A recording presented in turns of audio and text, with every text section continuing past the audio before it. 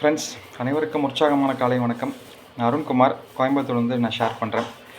இன்றைக்கி செஷன் வந்துட்டு பார்த்திங்கன்னா really one of the greatest session. அந்த லைஃப் டைம் செட்டில்மெண்ட்டுன்னு சொல்லுவாங்க இல்லைங்களா, அது மாதிரி இன்றைக்கி செஷன் வந்துட்டு நம்ம யாராவது யார் பார்த்தாலும் இதை பார்த்துட்டு நம்ம இந்த மென்டர் சொன்னதை வந்து ஃபாலோ பண்ணால் லைஃப் டைம் அவங்களுக்கு வந்துட்டு பார்த்திங்கன்னா ஃபேட்டாக வராது, ஆக்சுவலாக ஒபீஸாகவே இருக்க மாட்டாங்க, அண்டு லைஃப் டைம் ஃபிட்டாக இருக்கலாம், லைஃப் டைம் டயபெட்டிக்ஸ் வராதுன்னு சொல்லலாம். அந்தளவுக்கு வந்துட்டு ஒரு சூப்பரான நாலேஜோடு வந்துட்டு கொடுத்துருக்காரு. இந்த நாலேஜ் வந்துட்டு நம்ம இது எனக்கு தெரிஞ்சதுக்கப்புறமேட்டு ரொம்ப கான்ஷியஸாக ஆகிடுவோம். நம்ம அவ்வளோ வேல்யூபிளான இன்ஃபர்மேஷன்ஸு. ஹார்மோன்ஸ்னால் என்ன, செல் ரிசப்டார்னால் என்ன, இன்சுலின் எப்படி ஃபங்க்ஷன் ஆகுது, இன்சுலின் கீ எப்படி போய் வேலை செஞ்சு குளுக்கோஸ் வந்துட்டு எப்படி செல்லுக்குள்ளே உள்ள போகுது அப்படின்றதெல்லாம் வந்துட்டு இவ்வளோ டீட்டெயில்டாக வேறு எங்கேயுமே நம்ம தெரிஞ்சிக்க முடியாது. ரொம்ப இது நம்ம லைஃபுக்கு வந்து நம்ம உடலுக்கு தேவையான ரொம்ப ரொம்ப ரொம்ப முக்கியமான, இதை விட்டு நம்ம வேறு ஏதாவது தெரிஞ்சுக்கிறோம். பட் சிம்பிள் நம்ம டே டு டே மெட்டபாலிசம் எப்படி நடக்குதுங்கிறத தெரிஞ்சுக்கிற ஒரு சிம்பிள் ப்ராசஸை மென்டர் வந்துட்டு இவ்வளோ வந்துட்டு சிம்பிளாக வந்துட்டு வேறு எங்கேயுமே யாராலையுமே சொல்லித்தர முடியாது. அண்டு வந்துட்டு நம்ம insulin resistance, insulin sensitivity, leptin resistance, லெப்டினும் இன்சுலினும் வந்துட்டு ஒட்டுக்கா செல்லால் சென்ஸ் பண்ண முடியாது.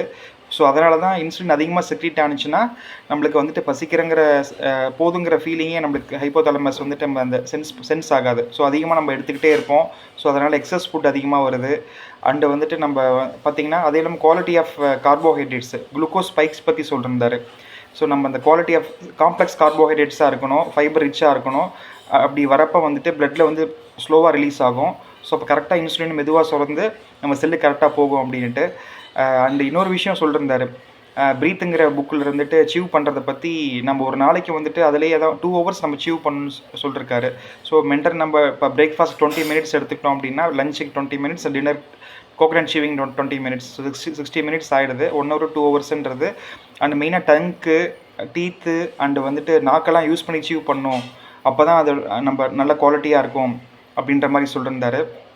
இதெல்லாம் வந்து சான்ஸே நல்ல நான் இன்டேக் ஆக்சுவலாக இன்னும் கொஞ்சம் சீரியஸாக ஃபாலோ பண்ண ஹெல்ப் பண்ணுது. அண்டு மெயினாக வந்துட்டு பார்த்திங்கன்னா அந்த குளுக்கோஸ் ஸ்பைக் பற்றி சொல்லியிருந்தாரு, கிளைசிமிக் இண்டெக்ஸ் பற்றி. இப்போ 4.2 சுகர் பார்த்திங்கன்னா அந்த செலரின்ற கீரையிலையும் கோகோகோலாலையும் ஒன்றா தான் இருக்குது. ஆனால் கோகோகோலா குடிக்கிறப்ப பார்த்திங்கன்னா சடனாக வந்துட்டு பிளட்டில் ரிலீஸ் ஆகுது. அந்த செலரிங்கிற கீரை வந்துட்டு 1 hour வரைக்கும் எடுத்துக்குது.